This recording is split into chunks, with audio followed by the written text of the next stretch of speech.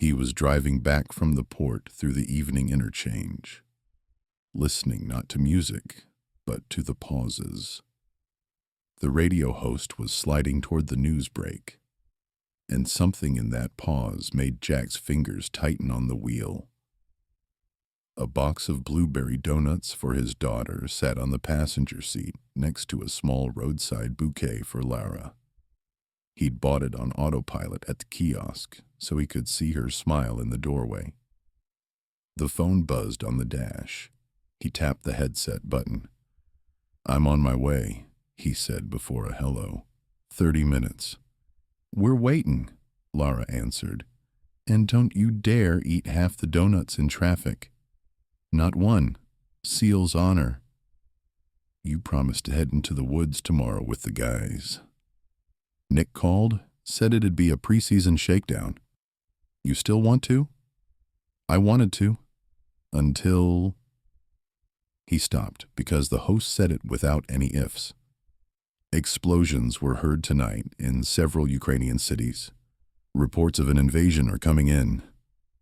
The word invasion hit him in the chest, short and clean, like a stock during a drill. Jack took his hand off the armrest and clamped the wheel harder. Inside, everything fell away to one thought. It's begun. "Jack?" Lara asked. "Can you hear me?" "I can. The radio. News from home. Drive. We'll talk here."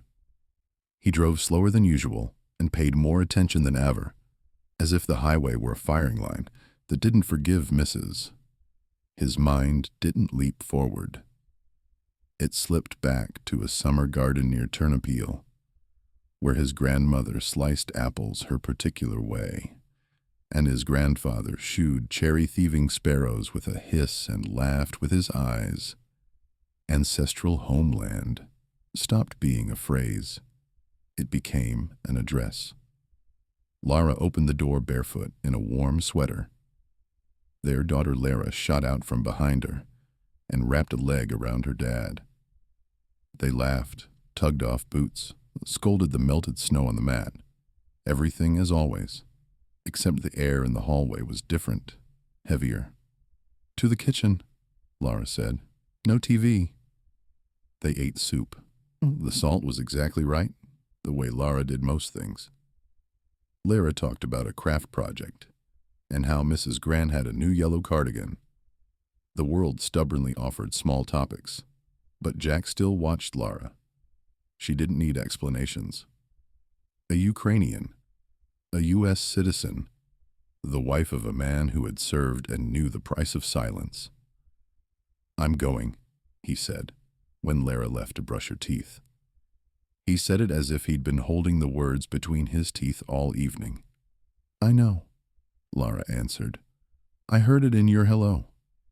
Tell me only, how and when?" "Fast, through Poland, as a volunteer. I won't be able to look in the mirror if I stay." "Say it to yourself one more time," she asked, "and promise me not heroics but good sense. You're a sniper. Your job is not to die." "I promise everything that's in my power," he said, "and to come back." He tucked his daughter in. Lara split one donut 3 ways, so there's enough for everyone. And Jack stored that away like a charm. Sharing means returning. The guys were waiting at Old Pier, the bar by the docks where the walls smelled like salty timber. Nick raised a glass. "If you say, 'Let's go hunting,' I'll send you home." "Sit, say it straight." "Straight, I'm going to Ukraine." "We'll be where we can be," Nick said, tapping his chest with a fist, "and where money lists and comms are needed." "I'm lists," Eugene chimed in, "and logistics, what to buy, where to deliver, who the hands are on the other end." "And Max hesitated. "My tongue's wooden, but if you call, I'll come, even if I have to swim, and Zarina will drop in like a homing comet." They joked loudly and drank lightly. In a night like this, laughter isn't lightness. It's the exhale before a jump. At the door, Nick put his old pier fleece over Jack's shoulders. You get it back when you're back. No due date. Eugene slipped a folded sheet into his pocket. Volunteer contacts, pins in Warsaw and Rzeszów, names to lean on. Max hugged him without words and smelled faintly of dog.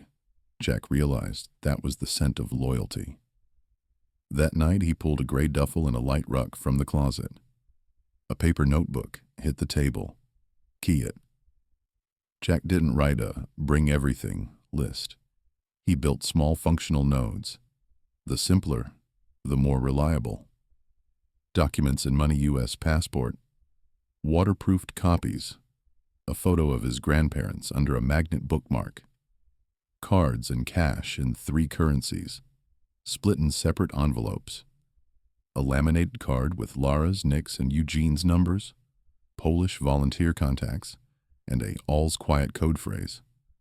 Clothing and footwear, broken-in high-top boots, spare insoles, 5 pairs of wool socks plus synthetic liners.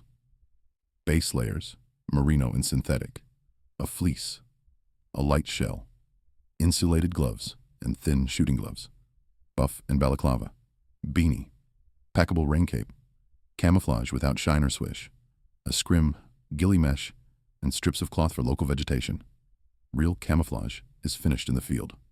Medical, Efac Synxos, 1 more. Tourniquets, trusted brands, hemostatic gauze, Israeli bandage, occlusive chest seals, NPA, decompression needle, shears, gloves, marker, sane analgesia, antibiotic, eye drops, hot cold pack, blister tape. The little things keep people in the fight as much as the big things. Power and nav, headlamp with white red, AA CR123s in hard cases, power bank, a small pistol solar panel for top-offs, labeled cables, watch with barometer, base plate compass, a cheap, honest brick phone for a local SIM, a smartphone only for maps, messaging, comms, civilian, a handheld with PTT and earpiece, not for spy games, but for volunteer logistics en route. Frequency table blank, to be filled in where lawful and safe. Optics and eyes. He wasn't flying with anything restricted. He packed what's permissible, a compact spotting scope, breakdown in a cloth sleeve. A civilian 2-kilometer laser rangefinder with a simple menu. A ballistic notebook with dope cards for distances and winds. Pencil and waterproof cards. Helmet mount and J-arm for NV, mounts only, not the tube. He planned to receive NVI and thermal in Europe via vetted channels, either a classic PVS-14 with a bridge for duals, or an equivalent with auto shutoff. As for thermal, a pocket monocular with white-hot, black-hot, and a human search mode. From the U.S. side, he'd carry only mounts and batteries. iPro, clear smoke, foamies, and, if possible, electronic muffs. Precision node. He did not pack rifles. He'd be issued weapons there, on the books, and for local ammo. He packed only what speeds up, stand up, and work. A stout breakdown bipod. A quick detached 2-point sling. A rear bag, keepers, small armorer's bits. Rings rails and a bubble for the rail. A K-class wind atmometer. Colored bands to mark magazines if needed. A dry fire trigger gizmo to keep finger mechanics honest. Knives and tools. A 5-second fixed blade without aggressive flash, but with a thick spine, cutting and prying as a tool. A liner lock folder as a third hand. A multi-tool with pliers and bits. A pocket stone. A strap cutter with all in its own sheath. Wearables. Plate carrier with light Kevlar softs, plates to be drawn locally. Fast pouches for mags med. An admin pouch for cards, markers. A light bump helmet for NV with Velcro, and an IR strobe mount. Gloves with finger overlays, so steel and stone don't peel skin. A throw-over, mud cape. Miskimmersion heater, titanium mug, long spoon fork, chemical warmers, isotonic sticks, duct tape, ankle wraps, a couple of carabiners. Zip bags labeled with a marker. Comms, MED, optics, food. Each node went in not for a checklist, but so his hand would know where to find it. He propped meaning with items, not the other way around. Lara sat cross-legged on the rug, watching without getting in the way. Better at not getting in the way than any instructor. You'll really get NV and thermal there. Yeah, that's the clean way. I'll bring mounts and power. The devices come through volunteers. I'm not hauling export snag stuff across the ocean. Good, she nodded. One more thing. Remind yourself, less is more. Don't turn into a Christmas tree. Already reminded, he smiled, looking at the neat row of batteries. Toward dawn, he labeled envelopes with copies, laminated an, if anything, call here card, and slid his grandparents' photo into his chest pocket. He wrote 3 short letters and left them in a drawer. To Lara, about the right not to be afraid. To Lara, about home. To himself, be precise. Be quiet. Be alive.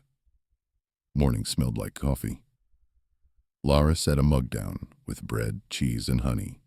Eat, she said. That's my part of the plan. Aye, aye, he answered. And for the first time that night he smirked. They knew how to breathe together. He walked Lara to school. On the steps she whispered, Dad, the dollhouse? It'll happen, he promised. With a fire escape and a balcony. Word. The day passed in routes and confirmations. Flight, connection, Rzeszów, contacts at the border. Everything simplified like a checklist. Do, tick. At the taxi, Lara wrapped her arms around him. He pressed his forehead into her hair and breathed in a scent he could carry through any weather. Come back, she said. I'll wait as long as it takes. I will, he said, and I'll bring myself back. Not a myth, not a shadow. At the airport, everyone lived their own life, an argument over candy.